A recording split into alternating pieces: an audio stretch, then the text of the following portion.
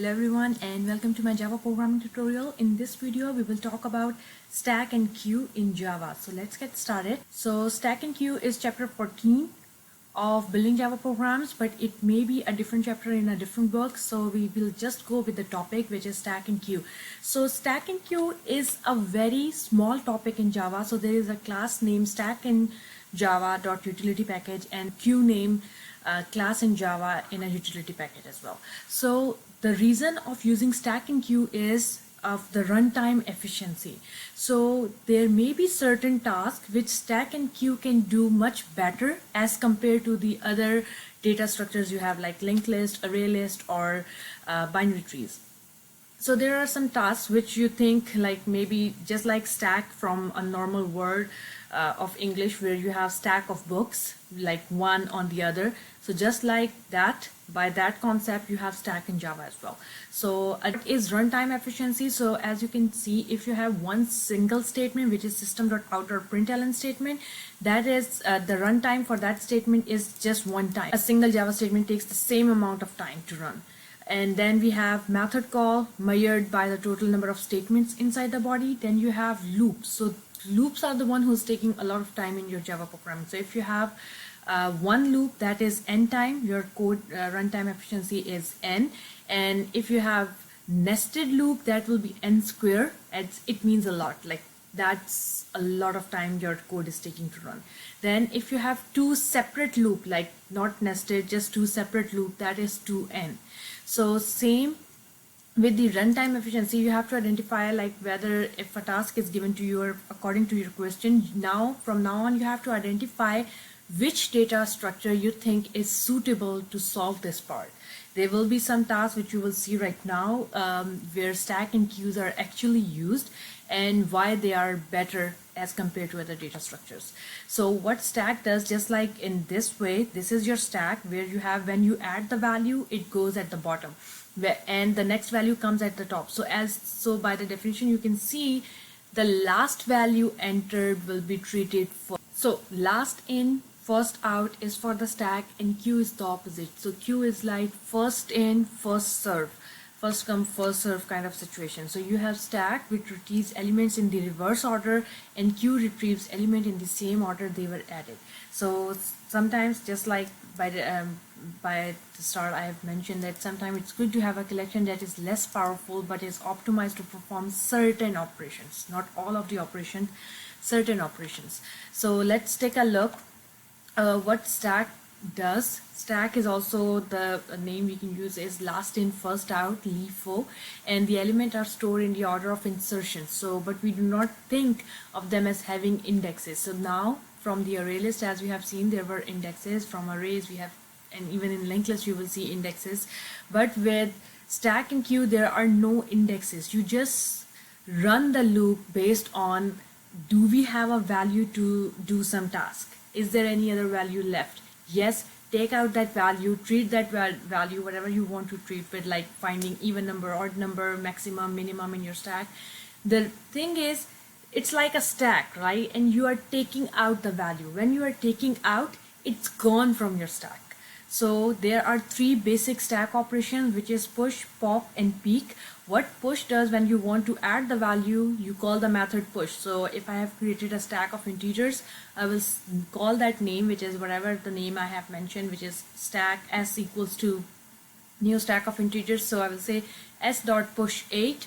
So push is the method to add the value, pop is the method to remove the top element. So if I want to check how many even numbers are in my stack, I will take the value one by one, and as I am taking the value, my stack is getting empty and the values are gone.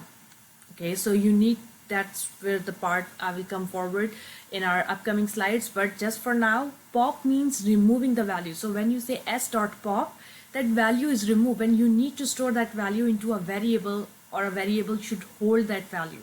Just s.pop is not doing anything, it's just removing it. And peek is the one which is not removing, it's just examining the value on the same location. So for example, if you want to check whether the last value entered is even or odd, you use peek. You cannot use peek for the whole coding system, because to move on to the next value in your stack, you need to remove the top values. So it means to remove, you will call pop. You are just examine peak will just examine the topmost value. You cannot say, hey peak, do the second value or third value. Peak is just examining the topmost value. Okay, so stacks in computer science, you can think of some examples if you have. Otherwise, there are some examples which are listed over here. Backtracking, which you are doing for 8 queen problem, that is backtracking, that is done with a stack. Then you have methods are placed onto a stack, like all the method call you are making. Compilers are using stack to evaluate expressions. There is one example at the end of these slides which you can see, and the solution is provided as well for how to evaluate expressions, how expressions are evaluated, I would say, using stacks. Matching up related pairs of things, like all these complex, a little bit I would say complex problems, which is searching through a maze, and these are done with the stack. Undo stack of previous operations. So as you can see, when you say Control Z, undo, the last operation, the last thing you have removed came back. So that is what is done with the help of stack. Okay, a stack class in Java where you are creating a stack. This is stack, capital S, and you are creating stack of integers, strings, double, whatever the stack you want. And then you have push. When you call push, you need to pass the value, because push means adding the value, and you need to provide the value depending on the stack you have. Is it integers, double, or string? Then you have pop, which will remove, peek, which will just examine the topmost value. Then you have size and isEmpty. IsEmpty is the most important method, because that is the method you will use in your loops to check whether how long you have to run the loop or how long you have to go through your stack.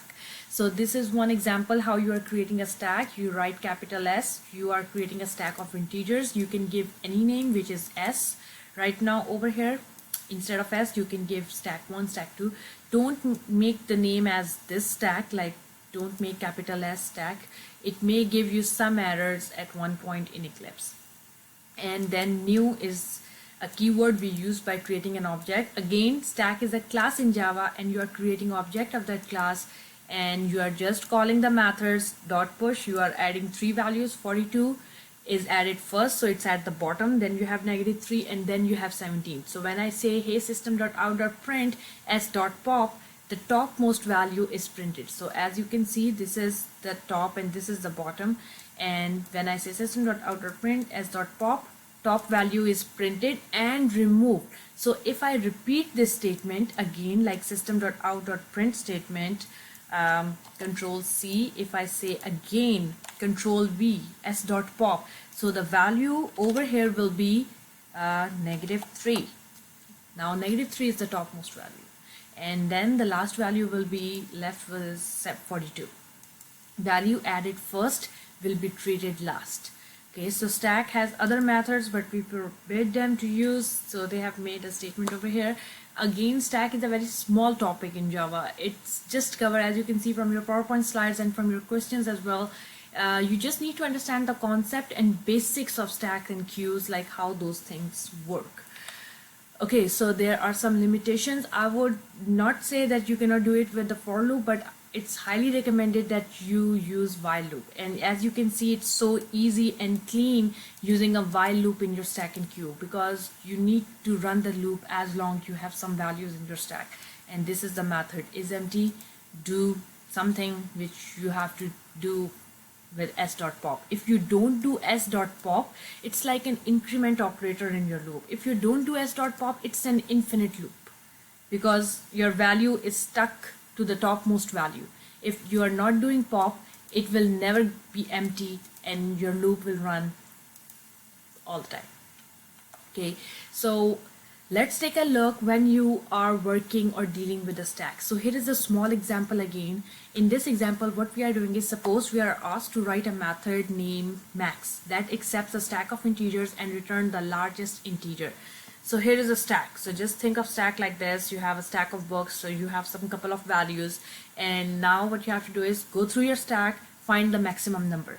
Very easy, very basic question right now in front of you, which you have been solving, I think, from 142 so far.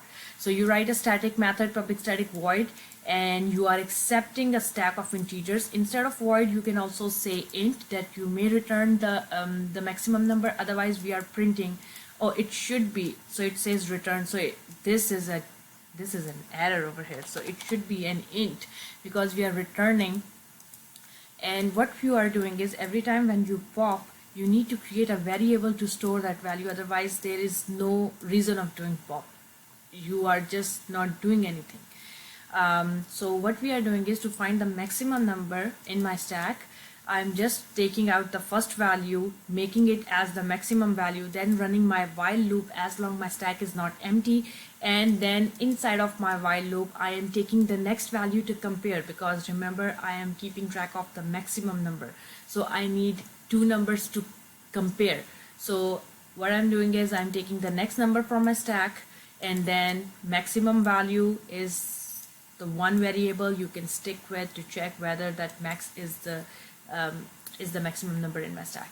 I'm calling math.max, where I'm passing my two values, and then at the end it will return the maximum value. So simple, right?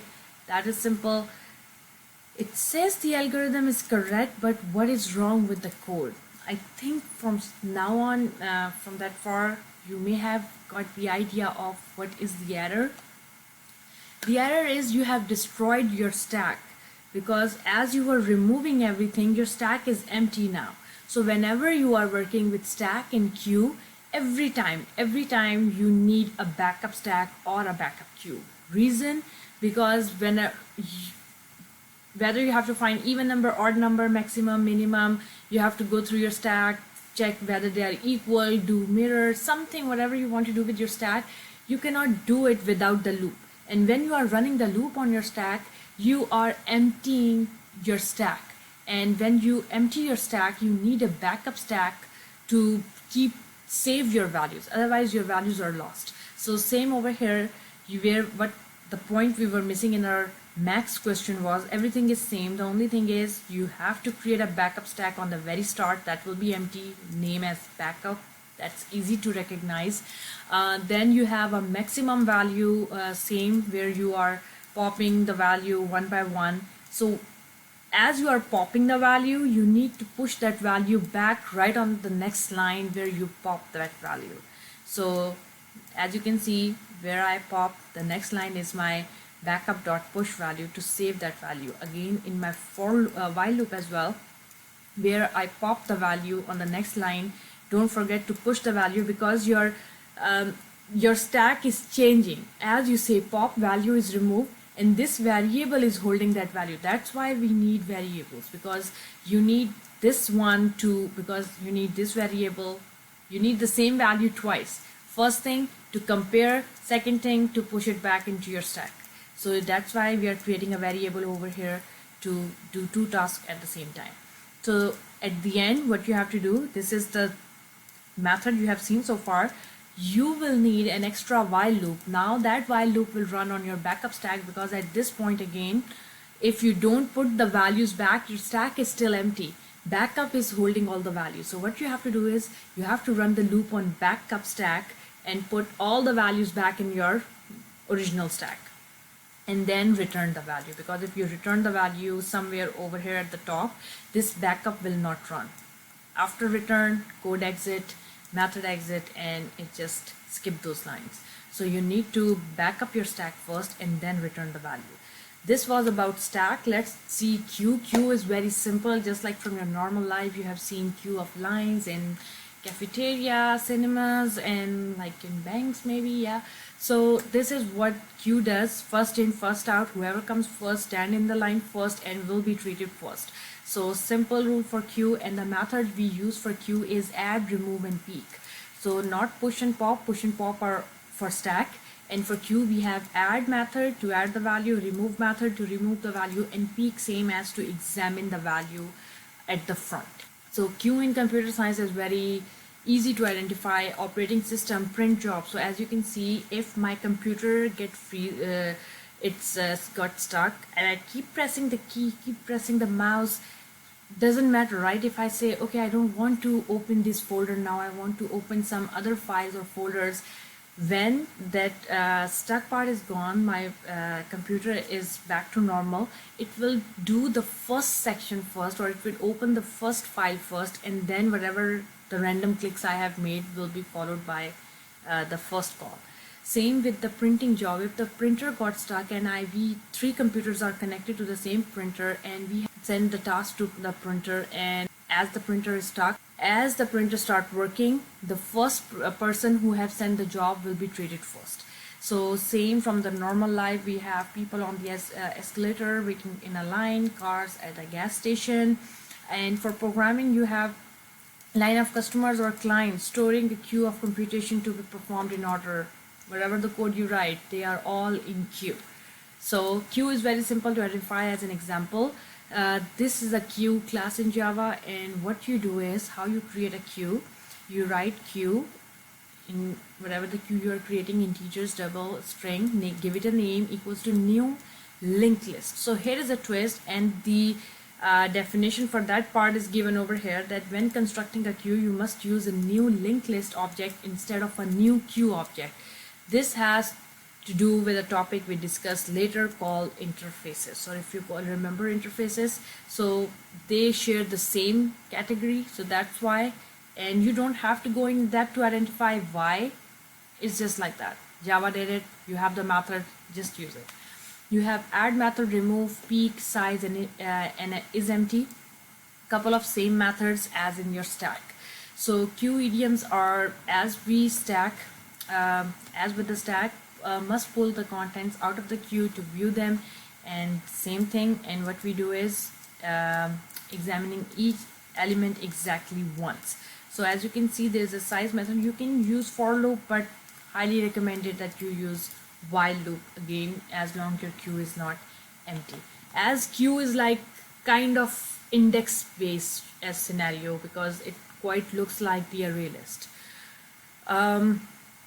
The important part, whenever you get programming questions of stacks and queues, you usually mix them, stack and queue, depending on your situation or the question. So this is one example we have. So example, reverse the order of the elements of a queue. So now this is your queue. You created new linked list integers, you added some values 1, 2 and 3. So again, this is a queue. So 1, 2 and 3, this is how, this is the top, or I will say it's the front, and this is the back.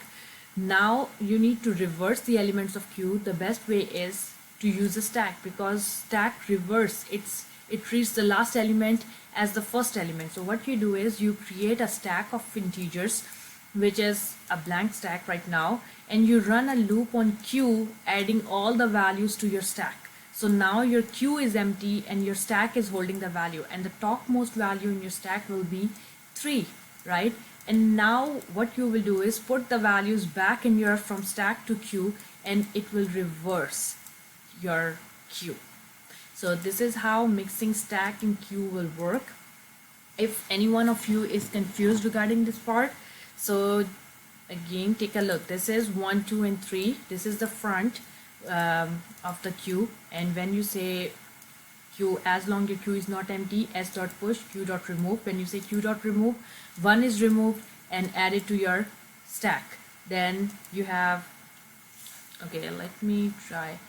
Okay, so 1 is removed, 1 is at the bottom, then you have 2, and then you have 3, and now you are running a loop on your stack. So this is your stack, 3, 2 and 1, and now you say add the value to the queue, and queue is will add the value at the front. So now you have 3, you will add 2, and you will add 1. This is how it will work in mixing stack and queue. That's it for this video. In our next video, we will do an example on working with stack and queue. Thank you. Bye-bye.